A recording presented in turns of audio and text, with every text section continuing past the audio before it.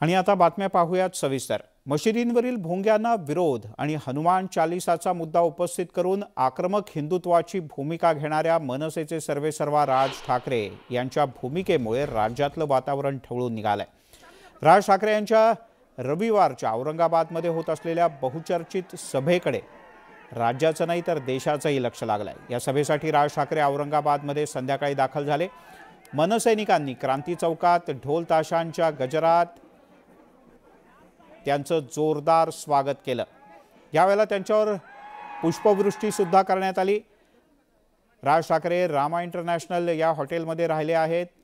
इथे बाळा नांदगावकर आणि मनसेच्या अन्य नेत्यांनी त्यांचं स्वागत केलं। क्रांती चौकात राज ठाकरे यांनी शिवछत्रपतींच्या पुतळ्याला अभिवादन केलं आणि मग ते पुढे रवाना झाले।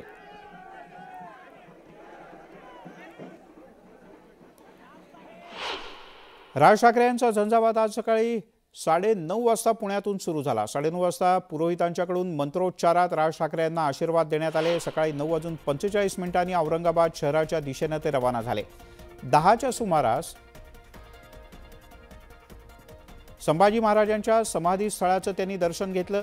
तर त्यानंतर दुपारी 1 वाजण्याच्या सुमारास कार्यकर्त्यांच्या सोबतच त्यांनी जेवण केलं।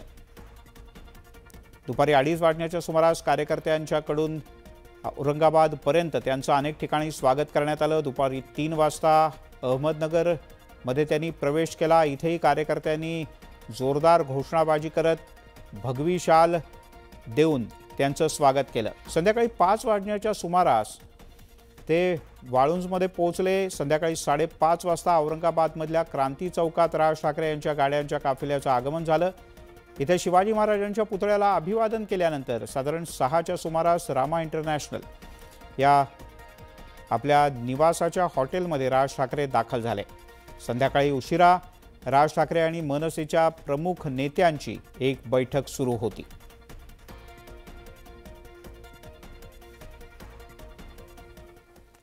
पण राज ठाकरे यांच्या औरंगाबादमधल्या या सभेचं विशेष महत्त्व आहे, कारण औरंगाबाद महापालिकेवर गेल्या 30 वर्षांपासून शिवसेनेचा भगवा आहे।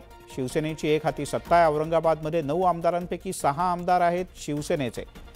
औरंगाबादमध्ये मुस्लिमांची संख्या सुद्धा लक्षणीय आहे। MIMची ताकद मोठी आहे। 22 नगरसेवक आणि 1 खासदार इम्तियाज जलील हे MIMचे आहेत। राज ठाकरे यांची मराठवाडा सांस्कृतिक मंडळाच्या मैदानात सभा होते।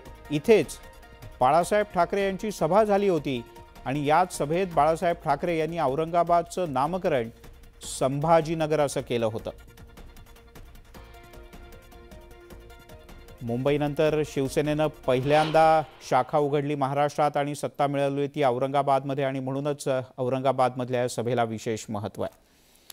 तिकडे मनसेचे अध्यक्ष राज ठाकरे रविवारी होणाऱ्या सभेसाठी औरंगाबादमध्ये दाखल झाले। राज ठाकरे सकाळी पुण्यातून निघण्यापासून ते औरंगाबादमध्ये पोहोचेपर्यंत मनसेनं ठिकठिकाणी शक्ती प्रदर्शन केलं।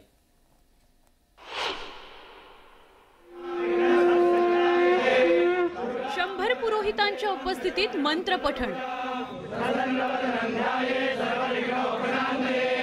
पुरोहितांचे आशीर्वाद, शंखनाद,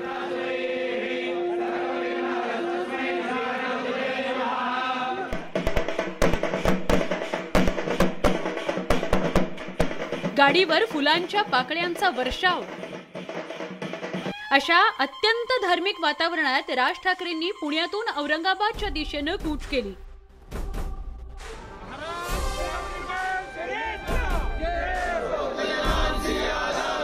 वाटेत वढू बुद्रुक मध्ये छत्रपती संभाजी महाराजांच्या समाधीचं पूजन करत राज ठाकरेंनी न बोलताच विरोधकांना संदेश दिला।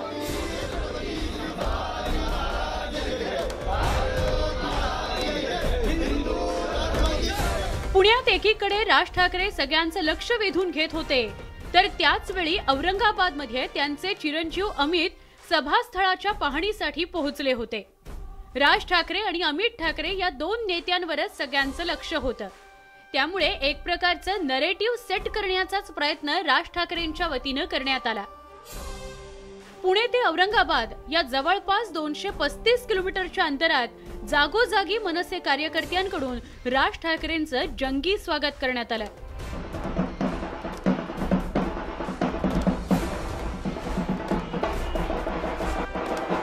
अहमदनगरमध्ये छत्रपती शिवाजी महाराज चौकात ढोल ताशाच्या गजरात राज ठाकरेंचं स्वागत झालं। अखेर 5:30 वाजेच्या सुमारास राज ठाकरेंचा ताफा औरंगाबादमध्ये दाखल झाला। राज ठाकरेंची गाडी क्रांती चौकात दाखल होताच मनसैनिकांनी जोरदार घोषणाबाजी केली।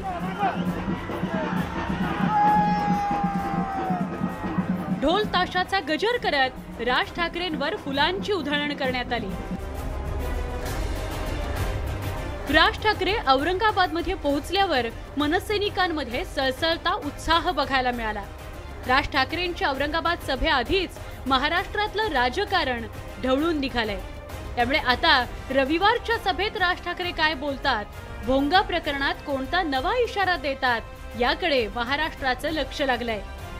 पुण्याहून वैभव सोनवणे, औरंगाबादहून सिद्धार्थ गोदाम आणि विशाल पाटील सह ब्युरो रिपोर्ट, न्यूज 18 लोकमत। दरम्यान मुंबईत आदित्य ठाकरे यांनी राज ठाकरे यांच्या सभेवर टीका करत सभा सगळ्यांनी घ्याव्यात, मात्र सभेतून प्रबोधन करावं असा सल्ला दिला। सभा आमच्या सर्वच राजकीय पक्षांचे चालू आहेत आणि आम्ही वेगवेगळ्या सभा सगळीकडे करत असतो। परंतु आता भाजपची देखील उद्या बूस्टर डोस नावाने सभा होते फुल सभेचा। चांगलं आहे, प्रत्येकाने सभा करावी। माझं एकच म्हणणं आहे की महाराष्ट्रासाठी चांगलं एकत्र येऊन सगळ्यांनी काम करावं।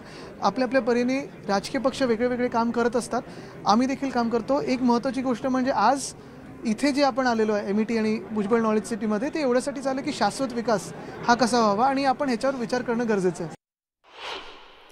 दरम्यान राज ठाकरे यांच्या या सभेवर शिवसेनेच्या नेत्यांनी घणाघाती टीका केली। आवाजावर म्हणतो नाही, देशभरामध्ये सुप्रीम कोर्टाच्या आदेशाने जी आवाजाच्या मर्यादा आहेत लाऊडस्पीकरच्या, त्यानुसारच देशभरामध्ये भारतीय जनता पक्ष जो केंद्रामध्ये सत्तेत आहे त्यांनी त्यांच्या राज्यामध्ये ठरवलेलं आहे, बरोबर ना। अयोध्येपासून सर्वत्र हा हिंदुत्ववाद्यांचा निर्णय सगळा आहे घेतलेला, आणि हिंदुत्ववाद्याने घेतलेला निर्णय हा सगळ्यांसाठी लागू आहे। संभाजीनगर हे बाळासाहेबांचं आहे, संभाजीनगर हे बाळासाहेबांचं होतं, संभाजीनगर हे बाळासाहेबांचं आहे। कितीही आयरे गैरे नत्तू खैरे गेले तरी शिवसेना प्रमुखांचा भगवा झेंडा हा संभाजीनगरहून कधी खाली उतरणार नाही, येत्या दिवसामध्ये त्यांना दिसणार आहे। बाळासाहेब गेलेले नाही, बाळासाहेबांचे डबिंग करणारे इथे आहेत, पण बाळासाहेबांचे विचार हे मनामध्ये आहे। त्यांनी कितीही करू द्या वल्गना, भगवा झेंडा हा संभाजीनगरमध्ये फडकणार। की मला आता कोणी हिंदुत्व किंवा हिंदू हृदय सम्राट म्हणायचं नाही, तर मला मराठी सम्राट म्हणायचं। त्याला काही दिवस गेले आणि त्याने आता मी हिंदुत्वाची भूमिका आहे आणि मीच हिंदू हृदय सम्राट आहे अशा तोऱ्यामध्ये ते सध्या भाषणं करतायत। त्यामुळं राज ठाकरे यांना मी परिवर्तनवादी भोंगा म्हणतो, आणि म्हणून हा परिवर्तनवादी भोंग्याबद्दल मला असं वाटतं की कुणी फार यांच्याकडे लक्ष देण्याची गरज नाही। दरम्यान मनसेचे अध्यक्ष राज ठाकरे यांच्या सभेच्या पार्श्वभूमीवर राष्ट्रवादीच्या नेत्यांनी सुद्धा आक्रमक भूमिका घेतली आहे। आम्ही भोंग्याच्या बद्दल असा निर्णय घेणार। मित्रांनो, आता कुठल्या निवडणुका आहेत का? जे नेते सांगतायत त्यांचं काही खरं आहे का? आता काय चमत्कार झाला कळायला मार्ग नाही। आता प्लेट त्यांनी उलटी लावली, आता त्यांना विरोध, आणि इकडं भाजपला इनडायरेक्ट पाठिंबा, अशा पद्धतीचं राजकारण सुरू केलेलं आहे। ह्याच्यात साध्य काय होणार ते मला सांगा ना।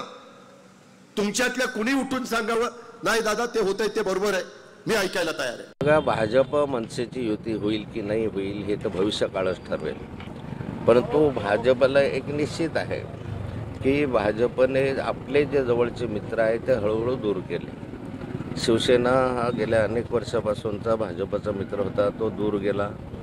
नंतर त्यांनी राष्ट्रवादी काँग्रेसची युती करण्याचा प्रयत्न करून 4 दिवसाचं सरकारही त्यांनी केलं, परंतु तेही त्याच्यामधनं मोडीत काढलं।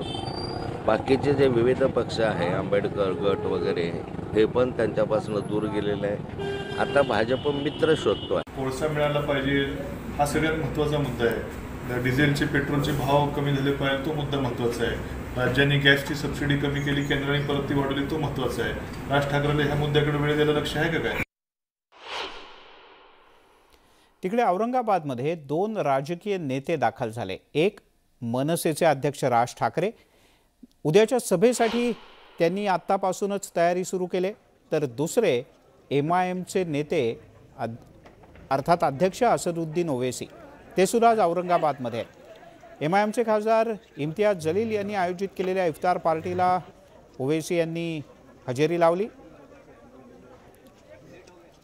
एक कट्टर हिंदुत्ववादी पक्षाचा नेता तर दुसरा MIM सारख्या पक्षाचा नेता, एकूणच 2 नेते एकाच वेळेला औरंगाबादमध्ये आल्यानं औरंगाबादचं राजकीय वातावरण चांगलंच ढवळून निघालंय.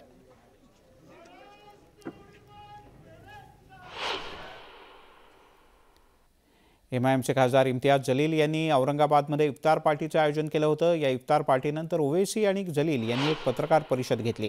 राज ठाकरे यांच्या सभेवर त्यांनी जोरदार हल्ला चढवला. देशात मुस्लिमांच्या विरोधी वातावरण जाणीवपूर्वक निर्माण केलं जातंय अशी टीका ओवैसी यांनी केली. तर जलील यांनी राज ठाकरे यांच्या सभेला सरकारनं जाणून बुजून परवानगी दिल्याचा आरोप केला.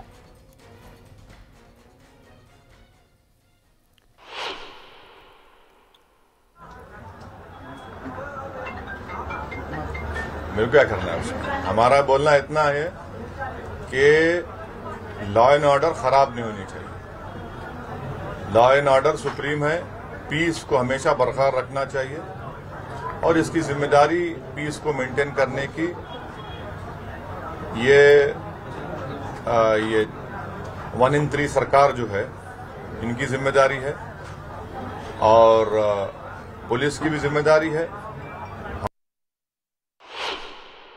रैली की परमिशन दी गई है, हमको कोई ऑब्जेक्शन नहीं था अगर किसी दूसरी जगह के ऊपर बहुत सारे सुझाव आए थे, लेकिन जानबूझकर ये महाराष्ट्र के गृह मंत्रालय और एनसीपी पार्टी की तरफ से ऊपर से आदेश आया है कि ये सांस्कृतिक मंडल के ऊपर है तो ये जगह दी जाए करके. तो अगर शहर में ये जानते हुए कि ईद का माहौल है, इतने सारे लोग बाजारों के अंदर है, बच्चे हैं, औरतें हैं, सब बाजार के अंदर है, अक्षय मतलब सारे त्योहार का जो है 2 साल के बाद है तो लोग है तो मार्केट के अंदर आए हैं, दुकानदार जो है वो पूरा अपना सामान भर के रखे हुए हैं और ऐसे माहौल के अंदर उन्होंने यहाँ पर परमिशन देना कहीं ना कहीं ये एक ऐसी एक चाल चली जा रही है जिसके अंदर उन्हें कोई फर्क नहीं पड़ता.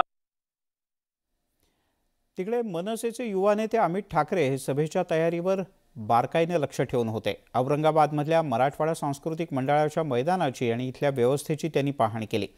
याच मैदानावर राज ठाकरे यांची उद्या सभा होते. विशेष म्हणजे पक्षातील बड्या नेत्यांच्या ऐवजी स्वतः अमित ठाकरे यांनीच सर्व तयारीची आज दिवसभर पाहणी केली. या सभेच्या तयारीत कोणतीही कसर राहू नये यासाठी ते प्रत्येक गोष्ट बारकाईने समजून घेत होते. राज ठाकरे यांची सभा होण्याच्या 2 दिवस आधी अमित ठाकरे औरंगाबादमध्ये दाखल झाले. सभेच्या प्लॅनिंगवर त्यांनी बारकाईने लक्ष ठेवलं. हा प्लॅन फक्त सभेपुरता नाही, हे एकंदर राजकीय नेपथ्य रचनेवरतूनच लक्षात येत होतं. मनसेत अमित ठाकरे यांचं नवं नेतृत्व पुढे आणलं जात आहे. नाशिकनंतर आता अमित ठाकरे औरंगाबादमध्येही सक्रिय आहेत. इथे त्यांनी कर्णपुरा देवीचं दर्शन घेतलं. बंदोबस्तावर असलेल्या पोलिसांसोबत त्यांनी सेल्फीही काढला. सभेच्या प्रचारासाठी काही रिक्षा सुद्धा रवाना करण्यात आले. एकंदरीतच राज ठाकरे यांची सभा आणि मनसेचं नवं नेतृत्व जोरकसपणे पुढे आणलं जात आहे.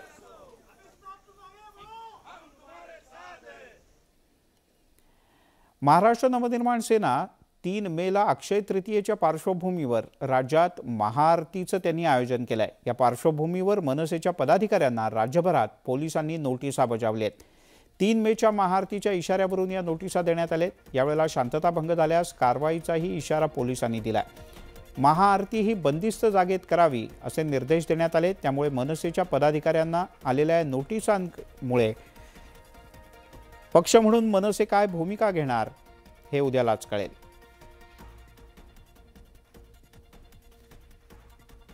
तिकडे कितीही केसेस होऊ द्यात, आम्ही तयार आहोत अशा शब्दात अमित ठाकरे यांनी मनसेचे इरादे जाहीर केले. ज्या अटी शर्ती लावलेल्या आहेत त्यातली एक अडचणीची अट आहे 50-55 डेसिबलची.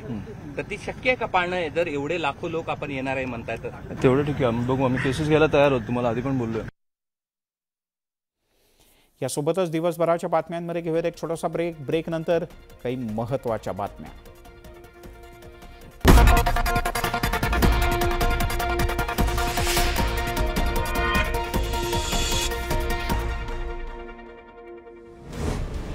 राज ठाकरे कोणता नवा इशारा देणार?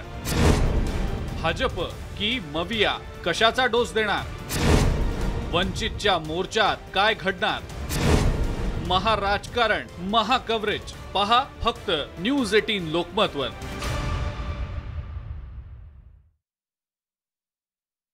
आग लागल्याची घटना पुन्हा एकदा समोर आली आहे. जळगावातील चोपडा इथे ही आग लागली. आगीत 15 एकरावरील ऊस आणि पाईपलाईन जळून खाक झाली आहे. शेतकऱ्याचं 15 लाखांच्या वर नुकसान झालंय.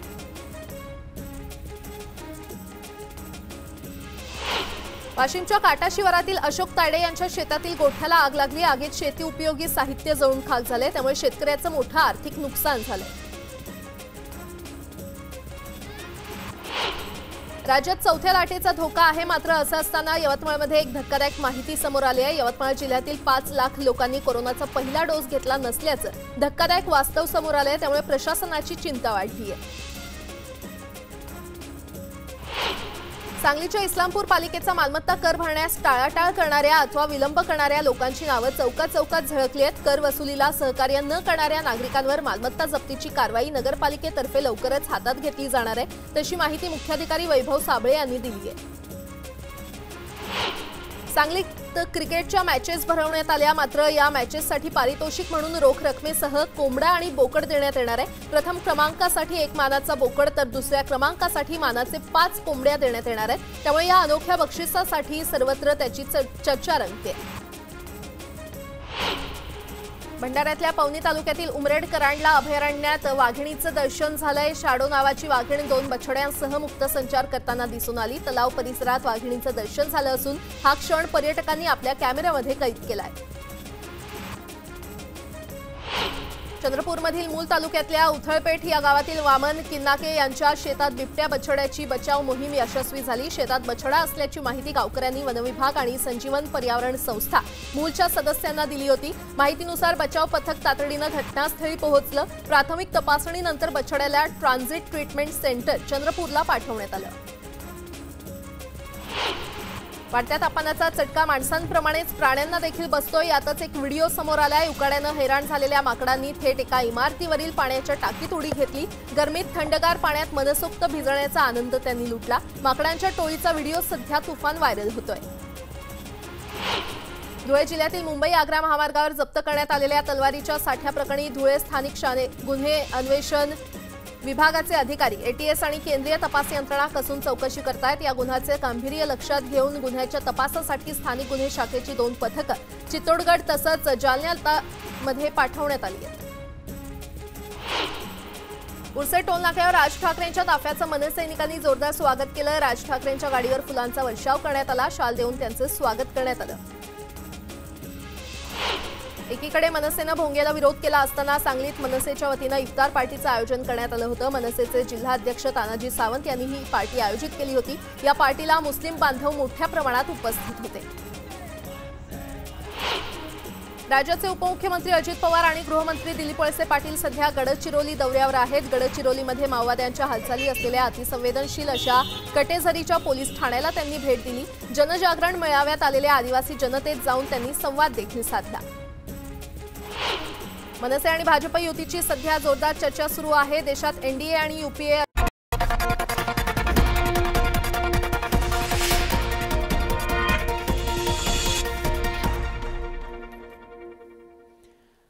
ब्रेकनंतर आपल्या सगळ्यांचं पुन्हा एकदा स्वागत.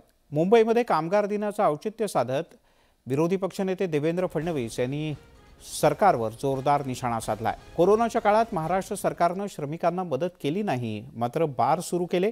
विदेशी दारूवरील टॅक्स उद्धव ठाकरे या सरकारनं कमी केला, मात्र श्रमिकांसाठी एकही निर्णय घेतला नाही, अशी टीका फडणवीस यांनी केली. महाराष्ट्र की सरकार ने कोरोना के काल में क्या फूटी कौड़ी भी किसी को दी? क्या किसी गरीब को एक पैसा भी दिया?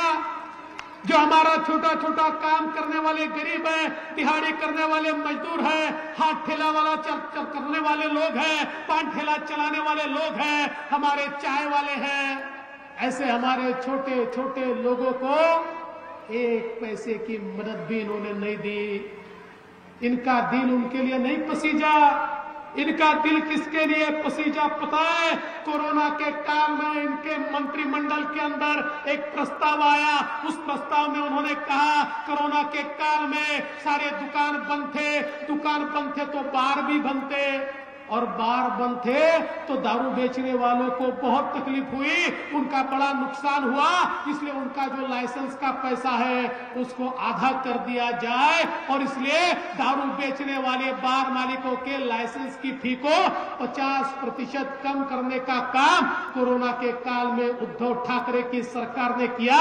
लेकिन एक मजदूर को 1 रुपया भी इस सरकार ने नहीं दिया।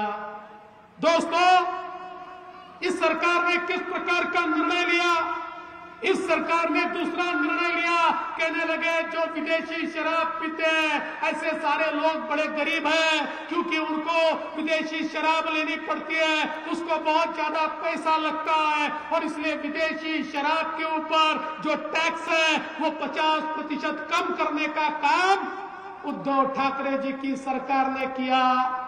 लेकिन आपको जो रोजमर्रा की चीजें लगती है उसके ऊपर एक नया पैसा भी ठाकरे सरकार ने इस लॉकडाउन के दरमियान कम नहीं किया।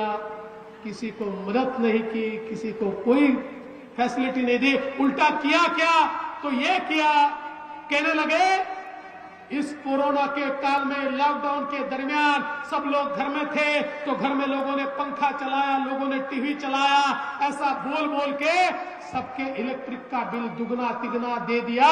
और जब लोगों ने कहा अरे शराब वालों को रियायत देते हो तो हमको भी थोड़ी सी रियायत दे दो, अरे बाकी तो छोड़ दो। आप जो सत्ता पर आए थे तो कहते थे गरीबों को मुफ्त में बिजली देंगे, मुफ्त में नहीं दी ठीक है, पर कम से कम बिजली का बिल कम कर दो। तो ठाकरे सरकार के मंत्री कहते हैं बिल भरो नहीं तो तुम्हारी बिजली काट दी जाएगी, एक दिन भी तुमको बिजली नहीं मिलेगी। दोस्तों, मैं सवाल पूछना चाहता हूं, ये 2 संस्कृतियों का फर्क है। एक और देश के प्रधानमंत्री मोदी जी हैं जिन्होंने गरीब कल्याण का एजेंडा चलाया, जिन्होंने गरीबों को मकान दिया, गरीबों को सिलेंडर दिया, गरीबों को 5 लाख तक इलाज की, वहां पर पूरी सुविधा दी, जिन्होंने गरीबों के लिए अलग अलग प्रकार की योजनाएं की, जिन्होंने गरीबों को रोजगार मिले इसलिए पैसा दिया। लेकिन दोस्तों, मोदी जी की योजनाओं को भी ये महाराष्ट्र की सरकार आप तक नहीं पहुंचने देती, रोक देती है, जानबूझकर रोक देती है।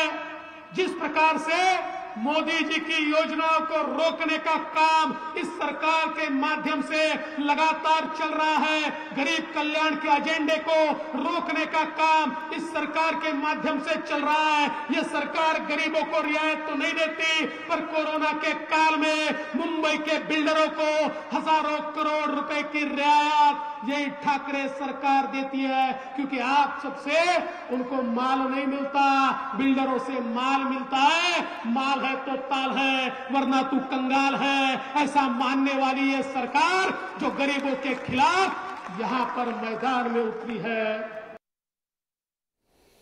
देवेंद्र फडणवीस आक्रमक झाले। तिकडे संयुक्त महाराष्ट्राच्या चळवळीतल्या हुतात्म्यांचा मुख्यमंत्र्यांना विसर पडल्याचा आरोप आमदार नितेश राणे यांनी केलाय। संयुक्त महाराष्ट्र कला दालनाची रंगरंगोटी करण्यात आलेली नाही याकडे त्यांनी पत्र लिहून लक्ष वेधलं।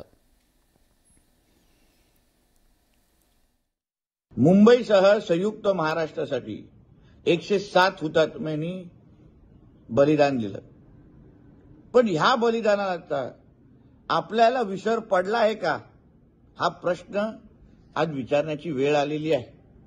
ह्याचं कारण असं आहे की शिवाजी पार्कला जे संयुक्त महाराष्ट्राचं कला दालन जे उभारलेलं आहे ते आज अंधारात आहे। कुठलीही विद्युत रोषणाई पण त्याला केलेली नाहीये। विद्युत रोषणी करावी ह्यासाठी जो केलेला प्रस्ताव आहे, मान्य केलेला जो प्रस्ताव आहे तो धूळ खात पडलेला आहे। त्याच्यावर कुठलीही चर्चा झालेली नाहीये किंवा काम झालेलं नाही। आपल्या फोटोग्राफीसाठी आपल्याला त्या कला दालनामधला एक मजला आवडलाय असं आम्ही ऐकतो। मग जसा जुना महापौर बंगला आज ठाकरेंचा प्रायव्हेट प्रॉपर्टी झाली आहे, तसंच हा कला दालन ही ठाकरेंची प्रायव्हेट प्रॉपर्टी तर होणार नाही ना. तिकडे शिवसेनेच्या शिवसंपर्क अभियानाचा दुसरा टप्पा 25 आणि 26 पासून सुरू होतो आहे. 25 आणि 26 मेला हा टप्पा सुरू होईल. त्याच्या पूर्वतयारीसाठी मुंबईत शिवसेना भवनात एका बैठकीचं आयोजन केलं होतं. राज्यातल्या शिवसेनेच्या सर्व जिल्हा प्रमुखांना आणि जिल्हा संपर्क प्रमुखांना या बैठकीसाठी आमंत्रित करण्यात आलं होतं. मुख्यमंत्री उद्धव ठाकरे यांनी व्हिडिओ कॉन्फरन्सिंगच्या माध्यमातून यावेळेला सगळ्यांना मार्गदर्शन केलं. उपस्थितांना मार्गदर्शन करताना त्यांनी विरोधकांवर जोरदार हल्ला चढवला. भोंग्यांवर बाळासाहेब ठाकरे यांनी सगळ्यात आधी आवाज उठवला होता. हिंदुत्वावर बोलण्याची विरोधकांची लायकी नाही अशा शब्दात त्यांनी विरोधकांवर घणाघात केला. मनसे आणि भाजपलाही त्यांनी अनेक चिमटे काढले. विरोधकांना शिवसेनेची ताकद कळली पाहिजे. विरोधकांना मराठीबद्दल प्रेम नाही, त्यांना हिंदुत्वाबद्दल प्रेम नाही, त्यांना फक्त स्वतःबद्दल प्रेम आहे अशा शब्दात मुख्यमंत्र्यांनी आसूड ओढले. उद्धव ठाकरे यांनी काय काय म्हटले पाहूयात. भोंग्यांवर सगळ्यात आधी आवाज उठवला तो बाळासाहेब ठाकरे यांनी.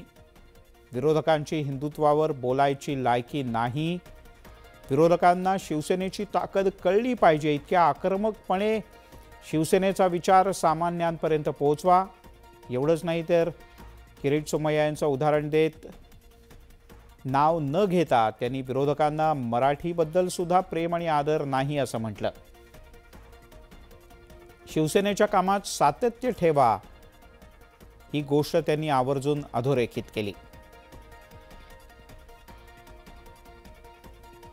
शिवसेना पक्षप्रमुखांनी महाराष्ट्रभरच्या पदाधिकाऱ्यांना संदेश दिलेला आहे की संघटना बांधणीमध्ये कुठेही मागे राहता कामा नये.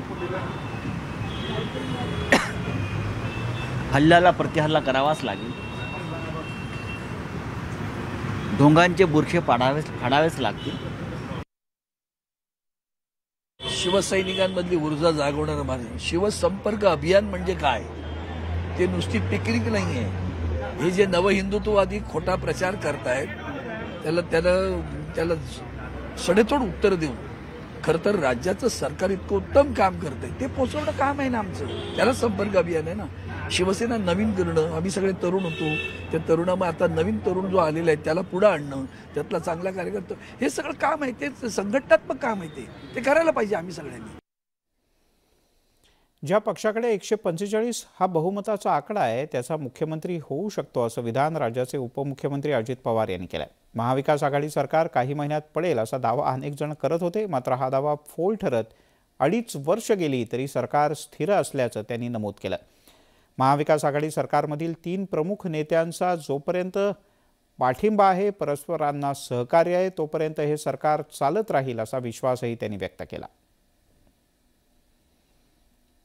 145 आमदार गोळा केले तर तुम्ही पण मुख्यमंत्री व्हा. हा मॅजिक आकडा आहे. ज्यांच्या कुणाकडं हा आकडा, ज्या राज्यामध्ये बहुमताचा आकडा जी कुणी व्यक्ती गाठेल तो मुख्यमंत्री होऊ शकतो. हे लोकशाहीतलं खरं सत्य आहे. आता सध्या तरी मी तुम्हाला अनेकदा पत्रकार मित्रांना सांगितलं, पण कुणीतरी काहीतरी वक्तव्य करतात मग तुम्ही तेच प्रश्न विचारून आता मग अजित पवार असं म्हटले, तुम्हाला काय म्हणायचं, असलंच करत चालतं. त्यामध्ये सोनिया गांधी, शरदराव पवार आणि उद्धव ठाकरे हे तिघं नेत्यांचा जोपर्यंत ह्या महाविकास आघाडीला पाठिंबा आहे तोपर्यंत हे महाविकास आघाडीचं सरकार चालत राहणार. तिकडे महाराष्ट्र दिनाचं औचित्य साधून विविध कार्यक्रमांचं आयोजन करण्यात आलं. या निमित्तानं मुख्यमंत्री उद्धव ठाकरे यांनी राज्यातल्या जनतेला महाराष्ट्र दिनाच्या शुभेच्छा दिल्या. विविध विषयांवरून राज्यात सध्या वातावरण तापलंय याचा उल्लेख करत मुख्यमंत्र्यांनी विरोधकांवरही निशाणा साधला. महाराष्ट्राच्या अस्मितेवर घाव घालण्याचे आणि महाराष्ट्राला बदनाम करण्याचं कुटील कारस्थान कुणी करत असेल तर स्वाभिमानी जनता महाराष्ट्राची त्यांनीच उत्तर दिलं पाहिजे आणि जनता उत्तर देण्यासाठी समर्थ असल्याचंही मुख्यमंत्री म्हणाले. राज्यामध्ये सध्या भारनियमनाचं संकट घोंगावतंय. कोळशाची टंचाई आहे. दरम्यान यावर्षी तापमानात एप्रिलपासूनच प्रचंड वाढ होते. त्यामुळे विजेची मागणी सुद्धा वाढली.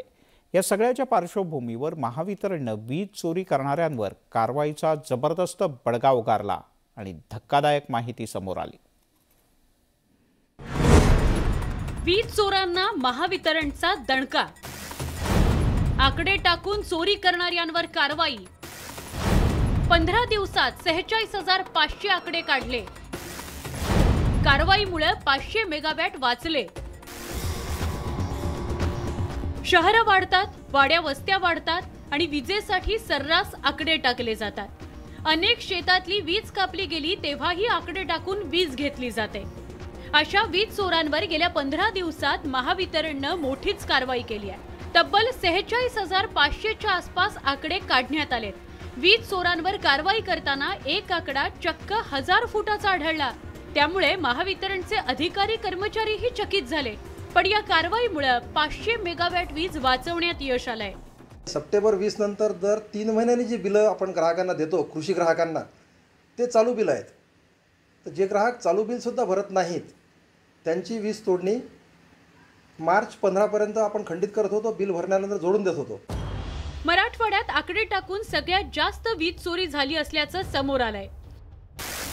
आपण ग्राफिक्सच्या माध्यमातून बघूयात 4 विभागांमध्ये वीज चोरीची काय आकडेवारी आहे।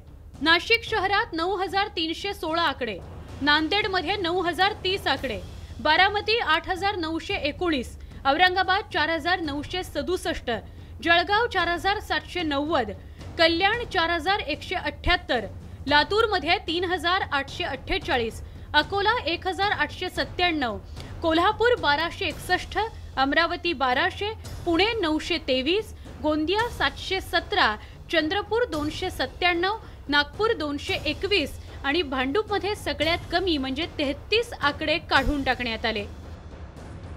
राज्यात विजेची रोजची सरासरी मागणी 24,000 मेगावॅटची आहे, पण सरकार ती पुरवण्यात अपयशी ठरत असताना महावितरणनं ही कारवाई करून वीज वाचवली आहे।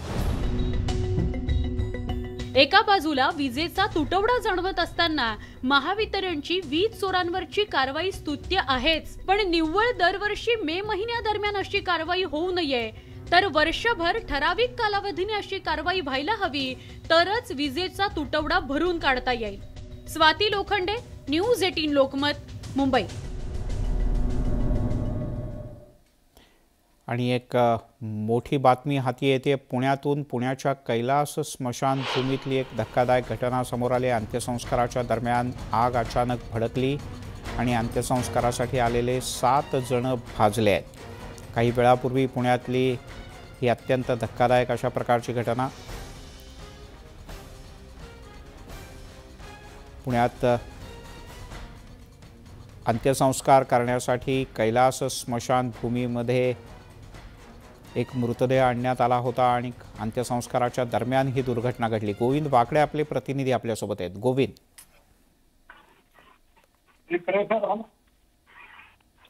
गोविंद, ही घटना काय आहे? मिलिंद सर, अत्यंत धक्कादायक घटना आहे। कैलास स्मशानभूमी ताडीवाला रोडवर स्मशानभूमी आहे आणि तिथे एका व्यक्तीवर अंत्यसंस्कार करण्यासाठी म्हणून त्याचा मृतदेह आणला होता आणि कुणीतरी लवकर अग्नी देण्यासाठी म्हणून ज्वलनशील पदार्थ पेट्रोल किंवा डिझेल टाकल्याची शक्यता वर्तवली जाते आणि एकदम आगीने भडका घेतला आणि अंत्यसंस्कारासाठी आलेल्यापैकी 7 जण अत्यंत गंभीररित्या भाजलेले आहेत। जे जखमी झालेले आहेत त्यांना उपचारासाठी दाखल करण्यात आलंय। मात्र एकूणच जर घटना बघितली तर अंत्यसंस्कारासाठी आलेली जी मंडळी होती त्यापैकी जे 7 जण आहेत ते भाजलेले आहेत आणि इतर 4 जण आहेत ते किरकोळ भाजलेले आहेत, त्यांच्यावर उपचार सुरू आहेत। मिलिंद सर, गोविंद, तुर्तास धन्यवाद या माहितीबद्दल।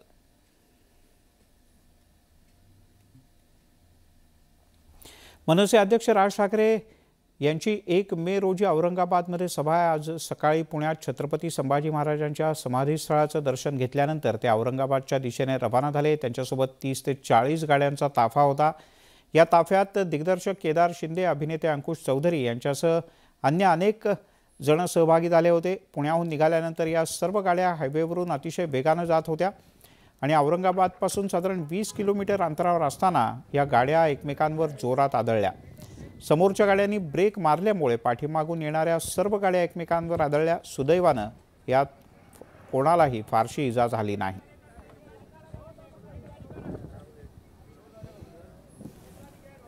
ही दृश्य पाहतो आहोत आपण. अनेक गाड्यांचं नुकसान झालंय. यातली सगळ्यात पहिली गाडी ज्याचं फारसं नुकसान झालं नाही, ज्या गाडीने ब्रेक मारला होता, पण पाठीमागच्या सगळ्याच गाड्या जवळपास एकापाठोपाठ एक 8 गाड्या या एकमेकांवर आदळल्या आणि या सगळ्या गाड्यांचं काही ना काही प्रमाणात नुकसान झालंय. काही गाड्यांचं नुकसान जास्त झालंय, पण सुदैवानं कोणालाही मार लागला नाही.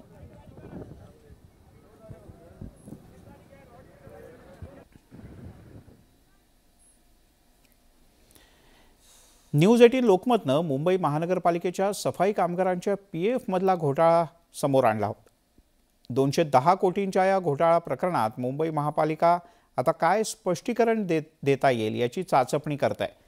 पण ज्या NGOनं कंत्राटी कामगारांना लुबाडलंय त्याच NGO मुंबई महापालिकेला मूर्ख बनवून कोट्यावधी रुपये कसे लुटते पाहूयात आमच्या प्रतिनिधी प्रणाली कापसे यांचा खास रिपोर्ट.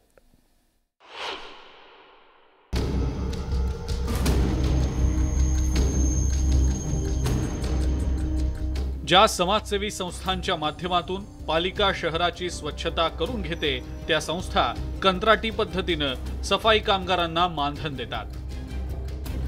पालिकेकडून हे मानधन संस्थांना देताना कंत्राटी कर्मचाऱ्यांचे PF आणि आरोग्य विम्याचे पैसे भरले का हे पालिकेकडून तपासलंच जात नसल्याचं समोर आलेलं आहे. मानधनाचे महापालिकेनं पैसे दिल्याच्या पावत्या न्यूज 18 लोकमतच्या हाती लागल्या.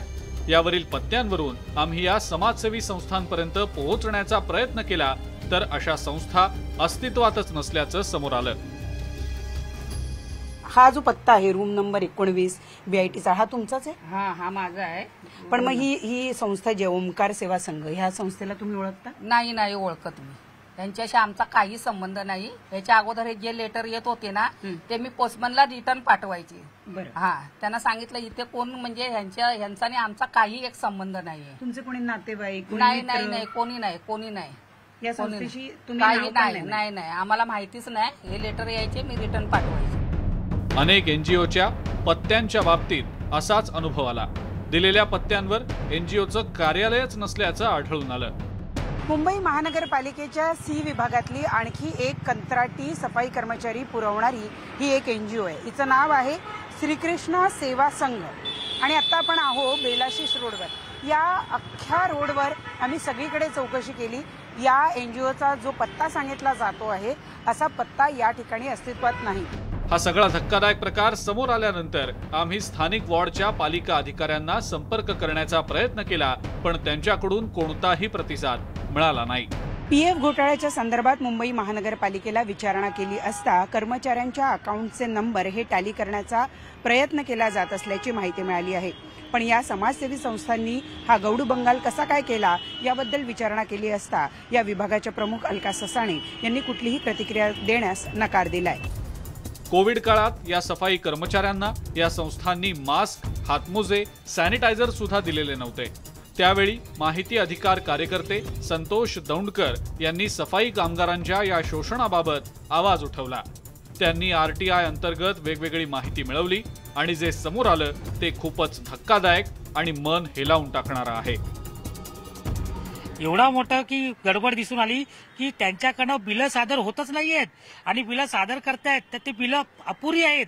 दिलेली माहिती अपुरी आहे, परंतु तरी सुद्धा अकाउंट ऑफिसर आणि वॉर्ड ऑफिसर यांनी बिलं काढली आहेत. अशा संस्थांच्या नावावर काढली की त्या संस्था बोगस ऍड्रेसमध्ये आहेत. हे पण निष्पन्न झालं RTI मध्ये. जेव्हा आम्ही माहिती घेतली, जेव्हा त्यांचे ऍड्रेस चेक केले, म्हणजे जवळजवळ एवढा सावळा गोंधळ आणि केंद्राची जी मार्गदर्शक तत्व आहेत, जी शासनाची मार्गदर्शक तत्व आहेत ते पूर्णपणे त्याचं उल्लंघन. आणि म्हणून मी माननीय मुख्यमंत्र्यांना सुद्धा पत्र दिलं की याबाबत आपण गुन्हे दाखल करा. संतोष दौंडकर यांच्या तक्रारीची दखल घेत मुंबई महानगरपालिकेनं या सगळ्याला जबाबदार असलेल्या सहाय्यक अभियंत्यांची डिसेंबर महिन्यात बदली केली. पण बदली होऊन 4 महिने झाले असले तरीही हा अभियंता कुणाच्या तरी आशीर्वादानं अजूनही त्याच पदावर काम करत असल्याचंही आता समोर आलेलं आहे. पालिकेच्या या अजब कारभाराला नेमकं म्हणावं तरी काय असा प्रश्न पडल्याशिवाय राहत नाही.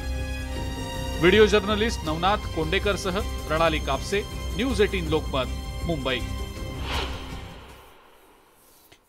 यासोबतच दिवसभराच्या बातम्यांमध्ये घेऊयात एक छोटासा ब्रेक. सर्व प्रकारच्या ताज्या अपडेट्ससाठी news18lokmat.com या आमच्या वेबसाईटला लॉग ऑन करा. फेसबुक, ट्विटरवर आम्हाला फॉलो करा. आमच्या यूट्यूब चॅनलला सबस्क्राईब करा.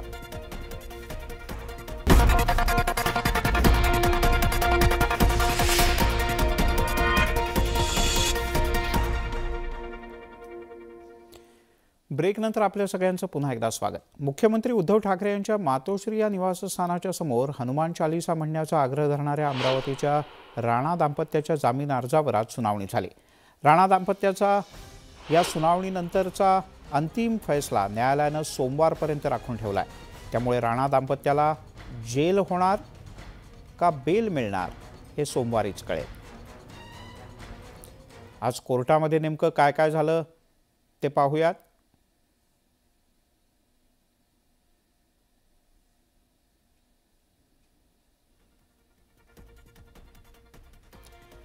आज सरकारी वकील प्रदीप घरत यांनी युक्तिवाद केला. तपास पूर्ण होईपर्यंत जामीन देऊ नये. राजकीय दबदबा असल्यानं तपासात बाधा आणू शकतात. सरकारचं लोकशाहीवर नियंत्रण गरजेचं आहे आणि राणा पती पत्नीनं सर्व मर्यादा ओलांडल्या आहेत. प्रार्थना म्हणणं हा प्रत्येकाचा अधिकार आहे. तपासात धक्कादायक गोष्टी समोर येऊ शकतात. असे एकापाठोपाठ एक अनेक मुद्दे सरकारी वकील प्रदीप घरत यांनी उपस्थित केले. पोलिसांनी मातोश्रीवर जाऊ नका असं वारंवार सांगून सुद्धा कायदा सुव्यवस्थेच्या संदर्भातली नोटीस बजावली होती. राणा दाम्पत्यानं आक्रमक भूमिका घेतली आणि परवानगीशिवाय हनुमान चालीसा दुसऱ्याच्या घरासमोर जाऊन म्हणणं गुन्हा आहे अशा प्रकारचा युक्तिवाद हा सरकारी वकिलांनी केला. तर आबाद पोंडा जे बचाव पक्षाचे वकील होते त्यांनी काय म्हटलं न्यायालयात तेही पाहूयात.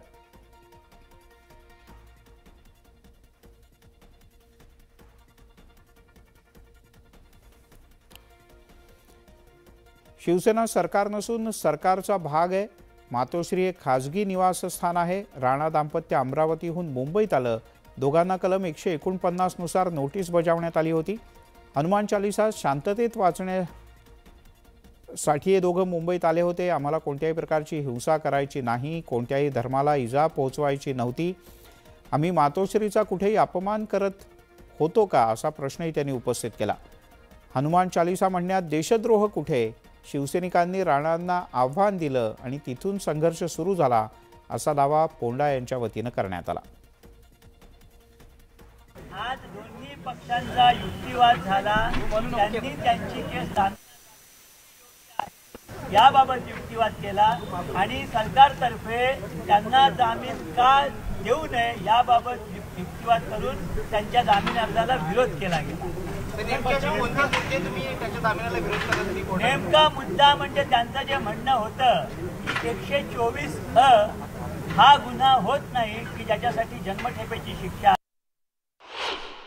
They were arrested and produced before the court. So therefore 124 capital A was not applied. The second very important point which was argued is this, that the claim of the government that it amounts to sedition was disputed by us. According to us, the words which were used by Mr. and Mrs. Rana against Mr. Uddhav Thackeray sir, the Chief Minister of Government of Maharashtra, was not as against the government itself. Our case is that the Honorable Chief Minister all alone does not constitute the government. तिकडे मशिदींवरील भोंग्यांसह विविध राजकीय मुद्द्यावरून सध्या वातावरण तापलंय. त्यात police दलाची कसोटी लागते. यावर बोलताना पोलिसांसाठी सर्वच काळ हा कसोटीचा काळ असल्याचं मुंबईचे पोलीस आयुक्त संजय पांडे यांनी म्हटलंय. आजचं वातावरण खराब आहे असं म्हणणं योग्य नाही. मुंबईत नागरिकांच्या सुरक्षेसाठी पोलीस दल सदैव सज्ज असल्याचं त्यांनी म्हटलं. ध्वनी प्रदूषण कायदा तपासूनच भोंग्यांना परवानगी दिली जाणार असल्याचंही त्यांनी नमूद केलं. हमने जैसा कहा कि हम कल भी तैयार थे, आज भी तैयार हैं और आगे आने वाले समय में भी तैयार रहेंगे. तो हमें ऐसा नहीं लगता कि आज कुछ अलग है, कल कुछ और अलग हुआ है. आणि आता News18 लोकमतच्या दृष्टीनं आणि आमच्या सर्व प्रेक्षकांच्या दृष्टीनं एक खूप कौतुकाची आणि अभिनंदनाची गौरवाची बातमी. ENBA पुरस्कारांमध्ये दरवर्षीप्रमाणे यंदाही News18 लोकमतनं दमदार बाजी मारली. News18 लोकमतला यावर्षी एकूण 5 पुरस्कार मिळाले आहेत. न्यूज 18 लोकमत विशेष या प्राईम टाईम शोला बेस्ट प्राईम टाईम शो या पुरस्कारानं गौरवण्यात आलंय. विशाल परदेशी यांना बेस्ट अँकर पुरस्कारानं सन्मानित करण्यात आलंय. यासोबतच कृषी दरबार या विशेष कार्यक्रमाला बेस्ट ब्रेकफास्ट शो हा पुरस्कार मिळालाय. तिकडे मुलुक महाराष्ट्र या संध्याकाळच्या 7च्या बातमीपत्राला best early prime time show या पुरस्कारानं सन्मानित करण्यात आलंय. यासोबतच बेस्ट इन डेप्थ सिरीज यासाठी सुद्धा मी मुंबई बोलतेय या आमच्या वृत्तमालिकेला सर्वोत्तम पुरस्कार देऊन गौरवण्यात आला आहे. वेस्टर्न रीजन विशाल परदेशी as the bronze award winner. या पुरस्कारासाठी माझ्या सर्व सहकाऱ्यांचं अभिनंदन आणि मायबाप प्रेक्षकांचंही मनपूर्वक अभिनंदन, कारण तुमच्या पाठिंब्यामुळेच आम्हाला हे पुरस्कार मिळाले. तिकडे सांगलीच्या पलूसमध्ये धोंडीराम महाराज यात्रेच्या निमित्तानं बैलगाडा शर्यतीचं आयोजन करण्यात आलं होतं. यावेळेला बैलगाड्याचा जू अचानक तुटल्यानं बैलगाडा भरकटला. या अपघातात 3 जण जखमी झाले असून त्यांना शासकीय रुग्णालयात दाखल करण्यात आलं.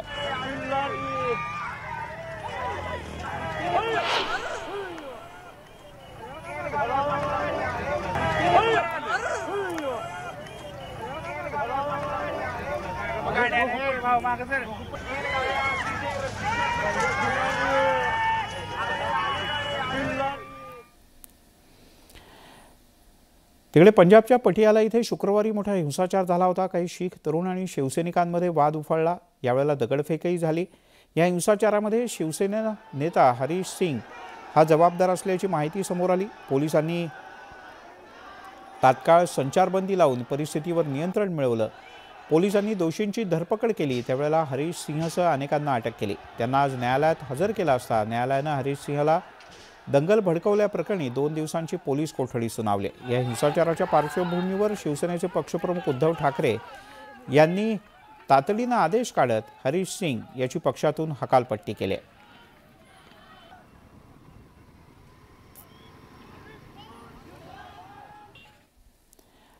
आणि एक मोठी बातमी, अंमलबजावणी संचालनालय अर्थात ईडीनं मोबाईल कंपनी शाओमी टेक्नॉलॉजी इंडियावर प्रचंड मोठी कारवाई केली. ईडीनं शाओमी इंडिया कंपनीच्या 5,551 कोटी 27 लाख रुपयांची संपत्ती जप्त केली आहे. ईडीनं फेमा कायद्याअंतर्गत म्हणजेच परकीय चलन विनिमय कायदा 1999 नुसार या कंपनीवर कारवाई केली आहे. शाओमी ही कंपनी चीनी असली तरी ती शाओमी टेक्नॉलॉजी इंडिया ही मूळ चीनी कंपनीची भारतीय उपकंपनी आहे. 2022 मोठ्या प्रमाणात परदेशात निधी पाठवण्यात आला होता आणि त्यात काही अनियमितता आढळल्यानंतर ईडीनं ही कारवाई केली आहे.